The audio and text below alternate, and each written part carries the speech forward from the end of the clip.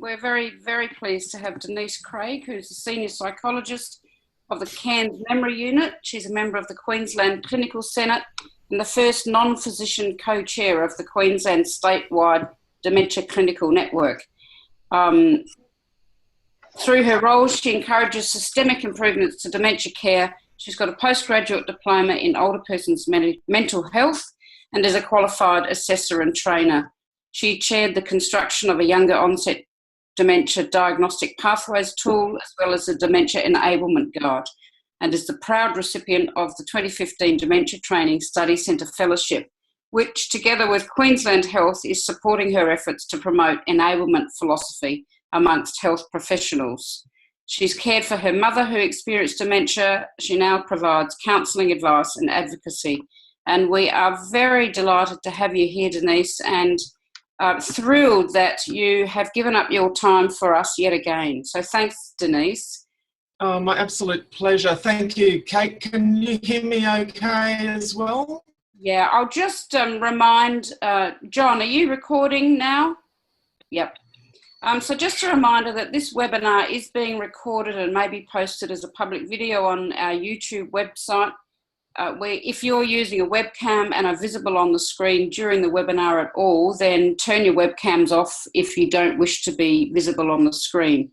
And we've lost the slide now. Oh no, it's back. Okay. And then, as you've already registered, you would have seen that Denise is talking about the Dementia Enablement Guide, a new post-diagnostic pathway that she's been developing. Over to you, Denise. Thank you so much.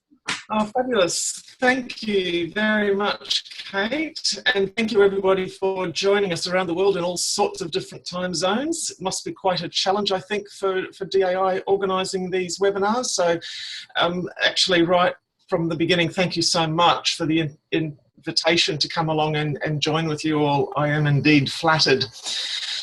So what we're going to be doing today is we'll have a look at some dementia support options and think about, does life change after a diagnosis? For some people, it does change a great deal, and for others, actually not so much. But you will be able to tell me more about that, perhaps at the end of our presentation.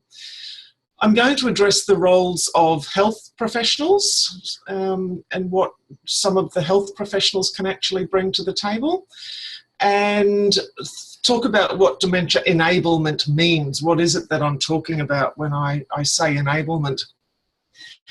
I'll also show an example of enablement in action. It will be one very straightforward case of a situation that I have been involved in here in Cairns. And does life go beyond health professionals? I think so. Enablement is really about whatever works for you, and it might be way, way more than health professionals. Now, I'm just seeing messages come up, so I'm wondering if I should be checking this, and it looks okay. Alrighty, so moving on. And actually, speaking of messages down the side, I really will be welcoming your questions and feedback. So please do, as things occur to you, feel free to post your question. Now, my control isn't happening the way it usually does. Kate, I'm having trouble progressing the slide. Oh, just use the arrow on your actual keyboard. Can you? Yeah, I did, and that's hasn't worked for me, so please bear with me while I try to work out how I'm going to progress. So there we go. Yep. Alrighty. So just a little bit of background to tell you how I came to be doing what I'm doing. My mother started to experience changes in her thinking when she was about age 59. And Mum was fit as a fiddle, working, happy, exercising. She was really doing everything right. But there were some very unusual things happening for her that were confusing everybody. And once she achieved a diagnosis when she was 65, she sometimes knew about what this all meant for her, and she became quite desperate at times, not liking the way her life was now playing out. I asked her how she felt, and she said she felt foggy. She just kept saying, something's not quite right, I just feel foggy. But she was also quite sure that if she walked enough, she would be able to walk it away. So she said, I just feel as though I need to walk more. And walk she did. She was actually such a good walker that I think I'm a good walker, but I had trouble keeping up with her. When she was feeling really clear in her thinking, she was aware that she had a terminal diagnosis, and she made a goal of seeing her 50th wedding anniversary. And we as a family felt dreadfully, hopelessly inadequate, just really at a loss as to how we could most help Mum. So this was back in the early, 2005 or a bit before that. After Mum moved into residential care, we found a book on terminal illness, which Mum had posted under her mattress. So I think in her quiet moments, she was actually reading a book on terminal illness. She was offered ACAT help, and that is the Aged Care Assessment Team. The Aged Care Assessment Team here in Australia provides support for the government-funded assistance. Generally, that means either what we call a package of care, and help comes into the home. It might be to help people to manage the home, or perhaps to have some social company to have outings, etc. The ACAT assistance is pretty important for people who want that kind of assistance or need that kind of assistance, but Mum refused it. She would not have a bar of it. She thought she was way too well to have any kind of help, and she kept working. So she worked at Big W. I know there are similar organisations around the world, and Mum kept working. She was working part-time, and she was a meet and greet person on the door at Big W, very well known for her broad smile. And Big W, to their credit, when they knew that Mum had some pretty significant difficulties, Big W put another person on the door alongside her. So Mum thought she had a friend. She didn't see it as being in any way a negative thing, and she loved it. There was one more person to talk to on the door. Mum was also offered the Living with Memory Loss program, which lots of you in Australia will be familiar with. The Living with Memory Loss program is established by Alzheimer's Australia, and it's a program of an introduction to dementia for people who are newly diagnosed. The person who is really key to living with memory loss, the memory loss program, is the person with the diagnosis themselves. So that's the person that Alzheimer's Australia seek to support. However, in our case, when Mum was invited to the Living with Memory Loss program and Dad and I went with her, it was really of limited or very little value to Mum. She really didn't engage with that very much at all. It was good for Dad, but not so much for Mum, and she was supposed to be the star of the show.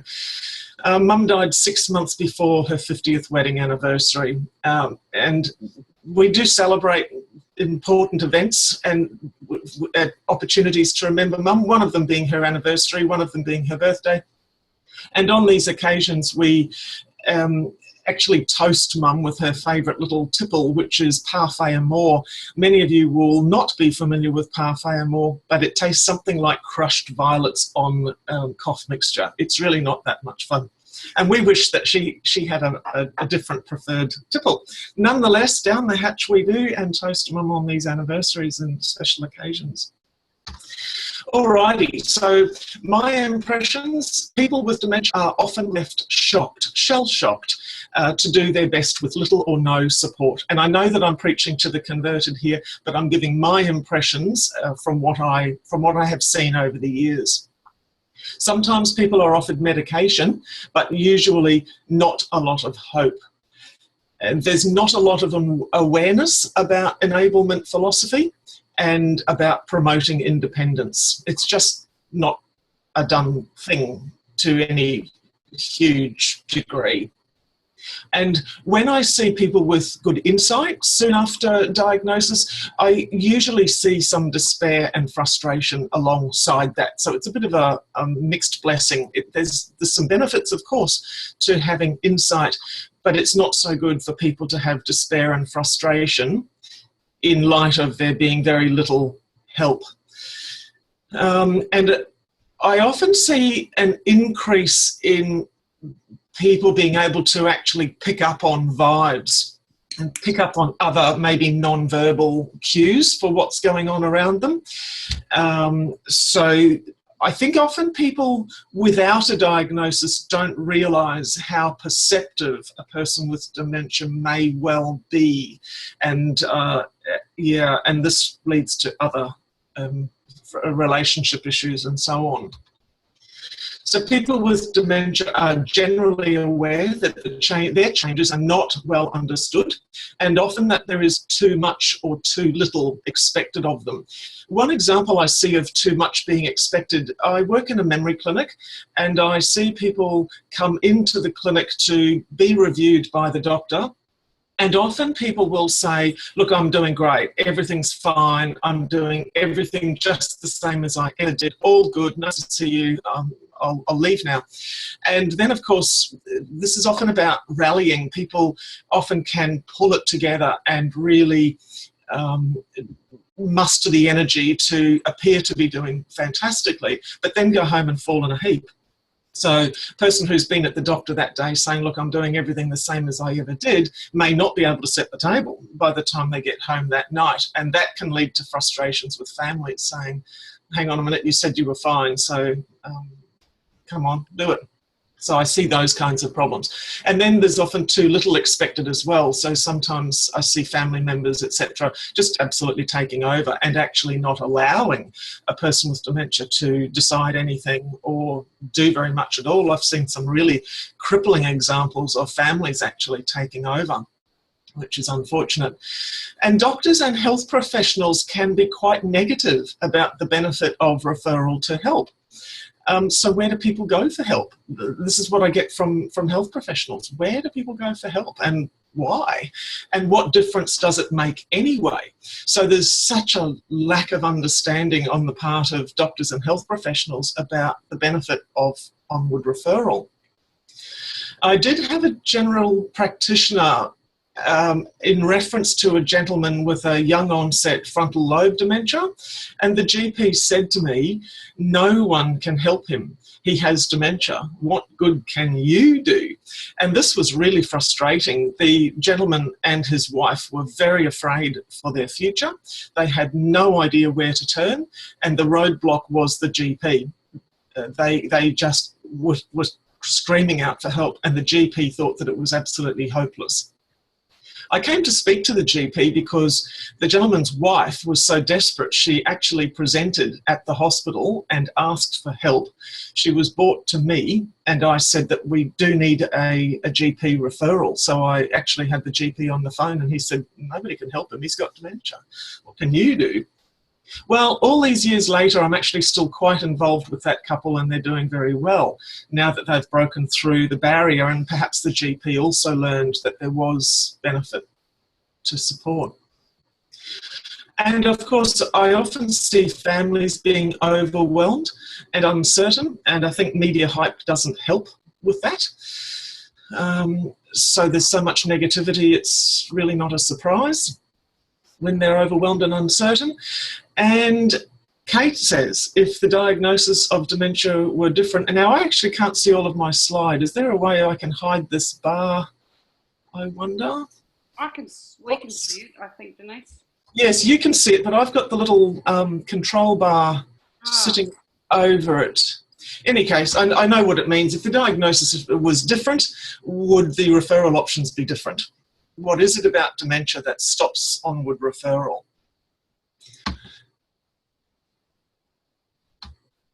And it's not working again. Click on that, click on that. Yes, okay. So some GPs believe that dementia support does not exist, so they don't even talk about the possibility of benefits of onward referral. And health professionals need to hear what is important to the person with dementia and then discuss the support options. I think what's happening at the moment is because health professionals often think that there isn't any support or that support wouldn't make any difference, they don't even talk about it. So what you hear is nothing. There is nothing that we can do for you. Get on with your life, as Kate says. So I think that's a part of what's happening here, the lack of appreciation for what support can do. So my project background, my roles through that of being a psychologist with the aged care assessment team and memory service, and also committee roles with the statewide Dementia Clinical Network. This puts me in the position of being within the system, but also looking at the faces of people living with dementia, and likewise seeing the issues that are facing the health professionals as well. So I'm really looking at this from all sides. I've been a daughter supporting her parents, and I'm now within the system pushing hard for change and supporting. My favourite role in life is supporting people living with dementia, so I'm really trying to monitor all facets. So through those roles, in 2012, I established the Young Onset Dementia Support Group on Facebook, and that was partly to help link people to peer support, but also to flush out wisdom so that I could do better. I knew what was going on in my own area, but I wanted to know, I mean, why stop in Cairns if I could work on the whole world, was kind of the theory. And this led to Kate and Christine Bride and Kate Swaffer, and some very, very confronting conversations about their experiences. And it's confronting because I know that there is a lot of dedication to dementia, and it would be so nice to think that we as health professionals are actually helping. It's not easy to hear that we're getting it terribly wrong, that me and my colleagues are coming up short, forcing us to sharpen up our pencil. So when health professionals are criticised, that's criticising me and my colleagues as well. So the Young Onset Dementia page highlighted a pattern of criticism towards health professionals. So this certainly went far beyond Kate and Christine. These were not isolated criticisms. So generally speaking, I have noticed that there is little help offered to people after a diagnosis, that there is limited awareness of the perspective of people with dementia, that health professionals often address carers at the expense of people with dementia. And I see this so regularly, and I saw it for my own mother. At the point of diagnosis, the neurologist stopped looking at mum, and he started to direct his responses to my father. And mum was very aware that she had suddenly been cut out of the loop, and the only thing that had changed is she now had a diagnosis of dementia. So people with dementia and care partners are often left to work things out themselves. And I do wish I could hide this little bar because I can't see what that says. Can you read that for me, Kate, the bottom line? There are things that I and my colleagues try to do right. We need to do things differently or better. Thank you very much. I stand by that. All right, so just a snapshot of some of the feedback that I've received through the page. Some of this you might even recognise because you might have said it. Coming from Adelaide, I made my family GP aware of my diagnosis, but unfortunately he wasn't terribly up to date with dementia, so I relied on my neurologist's guidance. And from the USA, hearing that I should get my affairs in order as life expectancy is 2 to 10 years felt as though I was dumped in a deep, cold hole with no way out. In Victoria, there is no doubt that dementia is disabling, challenging, and life-changing, but there is so much more to the story than that. That comment I thought was profound because that's what I want GPs to read. And England, I was told that it was nothing curable and would degenerate at a quick pace.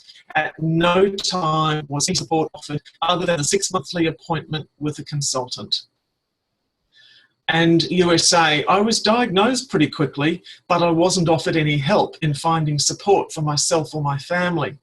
I started seeing a speech pathologist organised by WorkCover, who helped me work out some strategies to cope. So at this point, I was more than committed to establishing a guide for GPs, also a guide for consumers. Originally, the plan was for there to be one document which would work for both GPs and consumers. But over time, through the project, we decided to direct the focus initially to the GPs who need to know these things, and the consumer version of the same information is nearing completion now.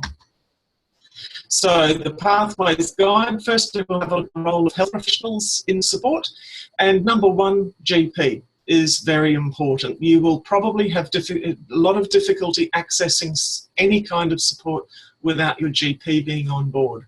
So GPs need to be aware of your values, wishes and goals, and the potential benefit of onward referral. By discussing values, wishes and goals with you, we as health professionals are communicating that we respect your choices and that there is life after diagnosis. So I'd like to see care plans which detail abilities, disabilities as well, and goals, and this should be made with your GP and reviewed regularly.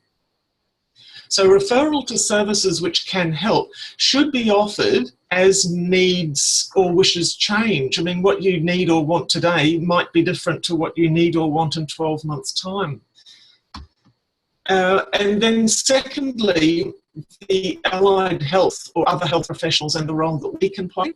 So I've heard health professionals say, oh, my internet connection is unstable, I hope you can hear okay. I've heard health professionals say, how can we help them when they have dementia? And people with dementia can't have goals, can they? How can they understand treatments? How can they remember what we do? And one of my favourites, they're patients, not consumers. And the reason that I like to use the term consumers rather than patients is that I think that we're all consumers of health services, and it suggests that we have choices, and we're not always sick, and we're not always identifying as being a patient. The traditional patient doctor relationship was one of quite a power imbalance, and today around the world there's lots of movement towards suggesting more of a partnership in this than that kind of a difference. So doctors aren't all that happy about consumers being used, but it's okay. So sometimes health professionals just don't realise what they can do for help, and I would like to change that. As my dear friend Colleen Cartwright says, oh, for some a small village, for you the whole world, or something to that effect. I can't see my bottom line.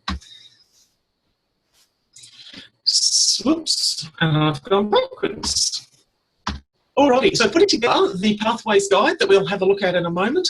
This was a group that came together from the statewide Dementia Clinical Network. So it's clinicians and consumers around Queensland, multidisciplinary. Our particular group had a geriatrician, registered nurses, occupational therapists, a dietitian, a speech pathologist, a GP, physiotherapist, consumer, and psychologists. We did the work mostly over the phone and email, and got together a couple of times in person. We also had a second tier of advisors, including a group of people with dementia, care partners, clinicians, and academics. So, as I said earlier, the work on the consumer version is nearing completion now. And so we're moving into Operation Raise Awareness and a trial phase. So here in Cairns, GPs are being visited, and I'm visiting them with help of a primary health network. I don't know how broadly primary health networks are in place around the world, but here in Australia, they're providing a link between community care and hospital care and trying to pull us all together so that it's a much better support for a person as you leave your specialist and maybe you visit somebody else in the community, maybe a speech pathologist, occupational therapist, or another specialist. You might have a neurologist as well. It's kind of pulling people together so that there's much more transparency about what's happening for you. So Primary Health Network is helping to get me into the GP's offices, because the GPs don't know that they want to know this. So I'm seeing a little bit of resistance to upskilling GPs, but the Primary Health Network have got a good relationship with them, so I'm sailing in with them. So I'm educating the GPs about equitable access to post-dementia diagnosis support. It is critical that people with dementia are offered options, absolutely critical. I think it's perfectly fine if you choose to accept no referral or support at all. That's entirely your call, but I think it needs to be your call and not the doctor's. And Kiama in New South Wales, as a part of their dementia-friendly community project, are also very active in promoting the existence of this pathway guide. I've just spoken in Brisbane last week where a gentleman approached me as well, saying in fact they might be online this morning, saying that they had no support either, and he would like to help promote the pathways in Brisbane. So this will be made available to you. Anybody who would like to take it to their GP or promote it in their area, please go right ahead. There's no point in us all coming together and creating a document if it sits in the bottom drawer and is never used. I have been supported to a degree by the Dementia Training Study Centre, who kindly provided a fellowship which has given me a little bit of ability to move beyond my Cairns region to do this a little bit more broadly, which is great. So just so that you know what it looks like, I have put the slide up here for you to try to read it, but the slides, of course, will be available excuse me, online, where you might be able to zoom in a little bit and have a closer look. But I'm happy to send the PDF out to anybody who would like to have a look at it, so don't strain your eyes too much.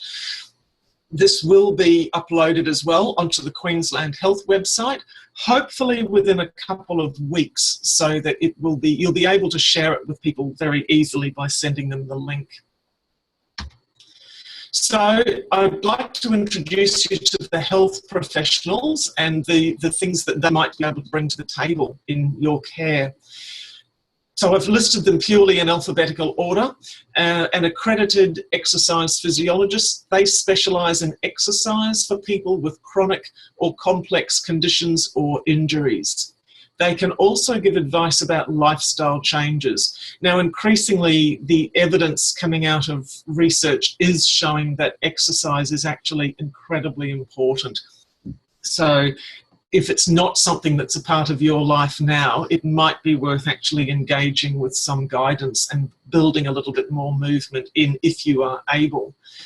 And an accredited practicing dietitian or nutritionist, they focus on nutritional needs and provide expert nutritional, dietary advice and practical strategies to ensure the best food choices and health outcomes. Now, continence advisors can assist people to cure or manage bladder and bowel problems. They can help if you have toileting problems, such as needing to toilet urgently, or very often, I can't read what's on the bottom line, Kate. I wish I could get rid of that. Well, you can read it anyway. So I'm sorry, I just have a bar going through my bottom line.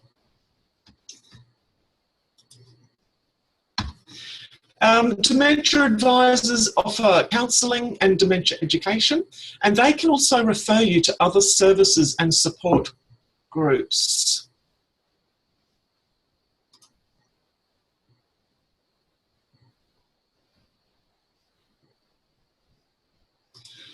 Occupational therapists, shortened to OTs, help you to remain independent and involved in everyday activities at home, work or leisure.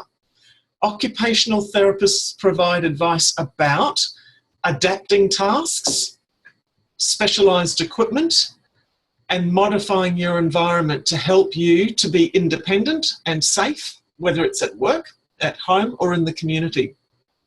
Occupational therapists are really quite incredible for being across all sorts of aspects of daily living and helping people to adjust as required. They can be incredibly helpful and often the first port of call after a diagnosis of dementia. Pharmacists, they can advise about prescribed and over-the-counter medicines and natural remedies, their uses, side effects and interactions. It's important to understand their impact on thinking and memory. Some of the things that you might be taking may actually be having an effect on your thinking and memory. And pharmacists can help find ways to make sure that medicines are taken correctly. Often when we attend the doctor, we get a little bit of information overload. Most people do not take on board everything that the doctor has actually told them. So sometimes the pharmacist is a really good port of call after that. If you leave the doctor with a new prescription and you're not entirely sure what was said about that medicine, run it by the pharmacist and ask the pharmacist for his or her input into the effects of this medication, what it might be for, how to take it correctly and so on. They're very readily accessible and a fountain of all knowledge. Physiotherapists, they help people to move safely. They can help you manage pain and increase strength, improve balance and reduce the risk of falls. They can also teach care partners to assist you safely, and they can advise about mobility aids. Psychologists can help you to improve your physical and mental health. They can help you to manage your emotional reactions to dementia through counselling, and they can help you to make personal decisions and manage pain. And I can't read the rest of it, except I can see it finishes with memory changes.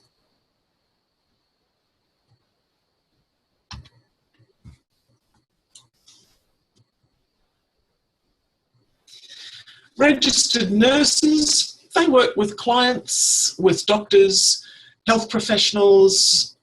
They provide care coordination, education and assistance to help you to stay as well as possible. You'll often meet registered nurses through organisations like perhaps Alzheimer's Australia, or sometimes practice managers are registered nurses, and they can be very, very useful as well. As social workers, they provide support during times of stress and change, such as grief, adjustment to illness, and personal difficulties. They can provide counselling and can help with matters such as enduring power of attorney and advance health directives, community services, Centrelink payments, all of those bureaucratic paperwork nightmares social workers can generally be very helpful with. And then the specialist team, so geriatricians, neurologists, neuropsychologists, psychiatrists, sometimes older person's mental health. They're specialists who can assist in the dementia diagnosis and in the management of any uncharacteristic behaviours or mood changes.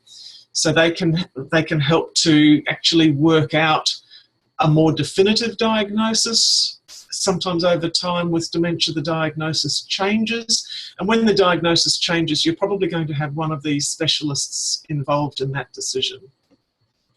Speech pathologists assess, monitor, and provide advice on ways to retain and improve speech, language, communication, and swallowing abilities.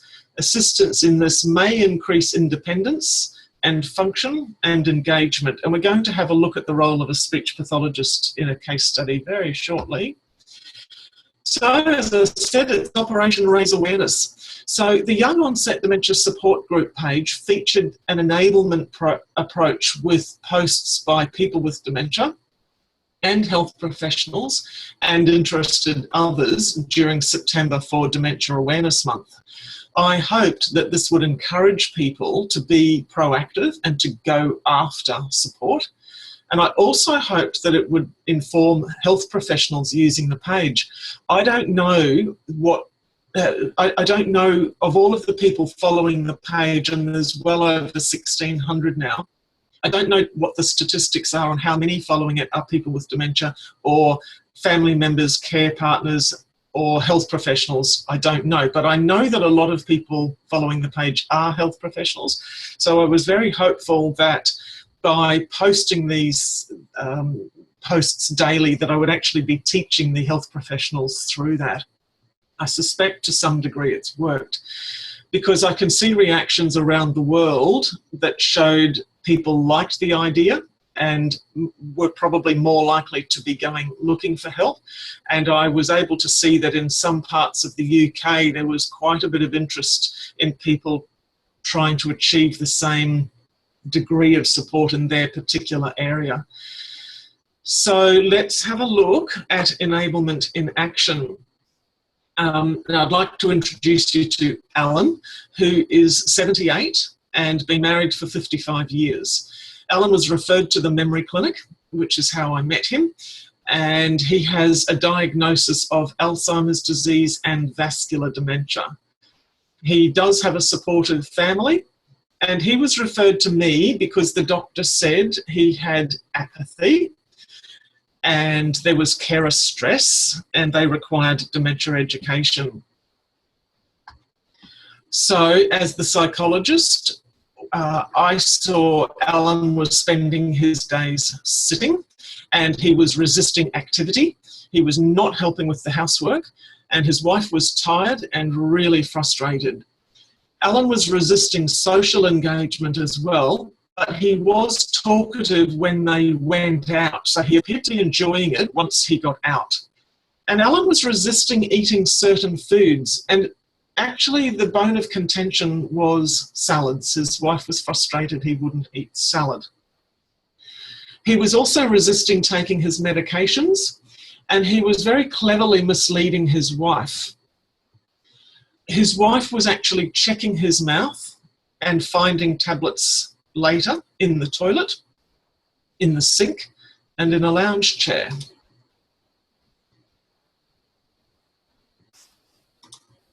So there was a lot of frustration around this and relationship strain, and I noted a lack of understanding about what Alan's difficulties were. Alan's wife wanted Alan to go to day respite, but Alan was very resistant and he said it's for sick old people. And he was once the bus driver for this service.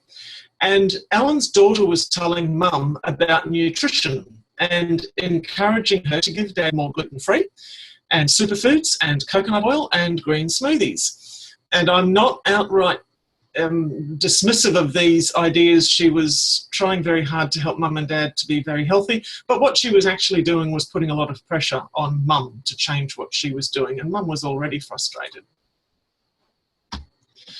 And so my role, I provided dementia education. I screened for anxiety and depression, and Alan did seem depressed. I provided supportive counselling around adjustment to the diagnosis and also ongoing support as things change for him. I provided them with information about, and I provided them access to, other support services. And one of those support services was to a couples support group. This can be very helpful. At this point, Alan's wife was able to get a little bit more support for her own frustrations. And I encouraged some lifestyle changes. Alan had been very active throughout his life, working 7 days a week, and now he wasn't doing any of those things. And interestingly, he did actually take up walking and swimming. I didn't think that he would, but he did. And he found some social support while he was doing it. He found another person actually living with dementia in the same community, and they would head off and do these things together, which was brilliant. It was really twice the benefit because socialising was combined with the exercise. And we discussed advanced care plan options so that Alan was aware of his options. And I provided them with some drug study information which they asked for after seeing an article on TV. Of course, you would know there are many articles on TV flagging the latest drug trials and potential cures. And also I referred them to a continence advisor because there were accidents when they went out. And if you're having accidents when you go out, you're unlikely to want to go out unless that has been addressed. And continence advisors are so helpful. And Alan's wife reported that all of the aged care workers were marvellous. However, Alan misleads health professionals when being assessed. So she complained that their life had become all about dementia, and she thought that it was really a waste of time because if the health professionals were believing Alan, then we were all being misled. And Alan's wife said to me, "We've always eaten salad for lunch. He's just being difficult when he won't eat it." So I offered onward referral for more support. So, of the particular allied health referrals offered to Alan, I offered a drive assessment. There were concerns about Alan's ability to drive safely. However, Alan withdrew from driving voluntarily before having an assessment. For occupational therapy advice, Alan declined. He didn't want that. I suggested a pharmacy review of medications regarding which tablets could be crushed. And this was helpful because it turned out that one of his dreaded tablets could be crushed. So that was one less. Also, sometimes with pharmacy review or with a GP review, sometimes they have a look at the regime that a person is on, and sometimes things can be just combined a little bit better or made a little bit differently so that it can help. You might manage to get tablets reduced from, there might be 4, they might manage to get it down to 3. So I suggested this review, and yes, one of them could be crushed. That was good. And dietetics. So I referred to the dietitian, and her recommendations were that Alan's diet was adequate and his weight was stable. So that was good. She thought that he was just not hungry at lunch on some occasions. Not all the time, but on some occasions he hadn't burned up any energy, he wasn't hungry. She did want to see some minor adjustments, and that included taking more calcium. And his wife was asked to adjust some of the meals and still monitor the medications, and the dietitian would follow up on a review. And then speech pathology. Now, this was for difficulty with swallowing. And the speech pathologist's impression was that Alan had difficulty swallowing some things because of changes in his fine motor control and the timing of muscles that are involved in swallowing. I think sometimes if something is working really well for us, we take for granted how complex the action actually is. So many of us don't pay a lot of attention to the coordination that's going on in our mouth when we're actually eating. So he had reduced motor control involved in chewing and swallowing, and he also had reduced awareness of what was actually happening there. So he wasn't actually being careful, he just had reduced awareness, he just knew he didn't like it. So Alan's tongue had reduced ability, and there was food residue remaining in his mouth after he'd swallowed. So when he swallowed, he didn't swallow effectively, and he had trouble controlling any fluids in his mouth, which led to dribbling, which was uncomfortable, I think, for both him and his wife, which was an issue if they were to eat when they went out. And Alan's throat muscles were actually weakened, so he had genuine difficulty swallowing tablets. So whilst his wife was cross with him and he didn't know why he couldn't do it, he actually had genuine difficulty swallowing the tablets. So the speech pathologist's recommendations were actually to continue to eat his usual diet and to drink regular fluids. But she suggested that if he tucked his chin down when swallowing, he might find that that helped. So that's a little thing to try if any of this resonates with you. She also suggested to try taking medications with cold water instead of room temperature water. And sometimes by using a thicker fluid, like perhaps a pouring custard, one of the thinner custards, because this can help, use them as needed, because it can help compensate when there is less tongue control. Avoid using a straw to drink. and to rinse his mouth out with water after meals to reduce food and any bacteria that could end up in his airways because he wasn't actually swallowing all of it very well. She wanted Alan to maintain very good oral hygiene, and that included rinsing his mouth and brushing his teeth after every meal. She suggested these generic strategies to reduce or avoid any distractions while eating, things like turning the TV off, maintain a calm environment, that gentle prompts might be worthwhile, and for Alan's wife to offer favourite foods and to enhance the flavours of foods with sauces and maybe spices if needed. And also to allow time for Alan to eat to his capability. So Alan's wife was asked to monitor his swallowing behaviour and request a reassessment with the speech pathologist if she noticed any further avoidance of eating or with tablet taking. And she asked Alan's wife to monitor for any signs of breathing in fluids and developing pneumonia, and to consult the GP immediately if there were any concerns. So when I followed up after this, I found that Alan's daughter had encouraged him to drink room temperature drinks, and that once cold water was used, that tablet taking was much easier.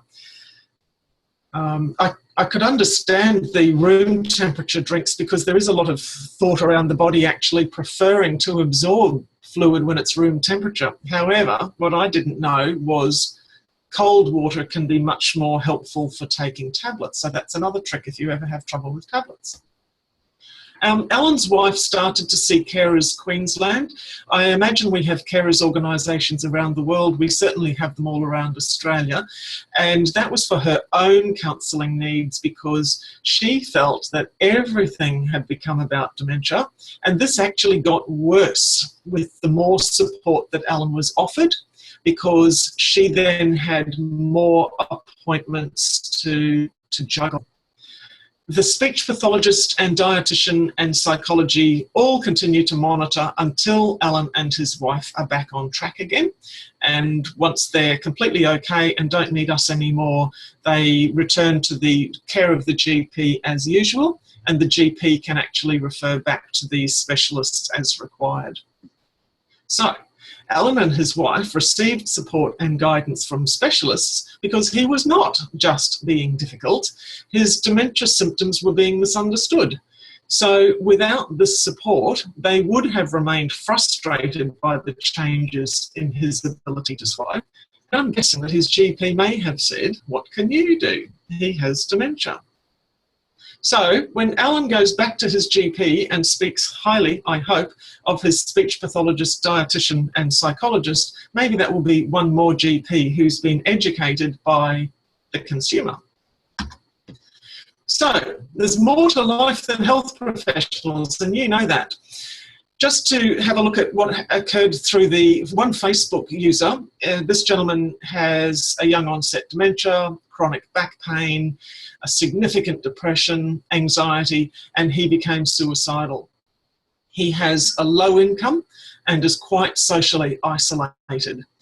I asked him, I really lobbied hard for him to see a psychologist. I was very concerned about him, and he managed 2 sessions with the psychologist, but he did not enjoy it at all. What he found instead was Bowen therapy, and I'm not sure if you're familiar with Bowen therapy, but it's a very, very gentle, hands-on massage type therapy.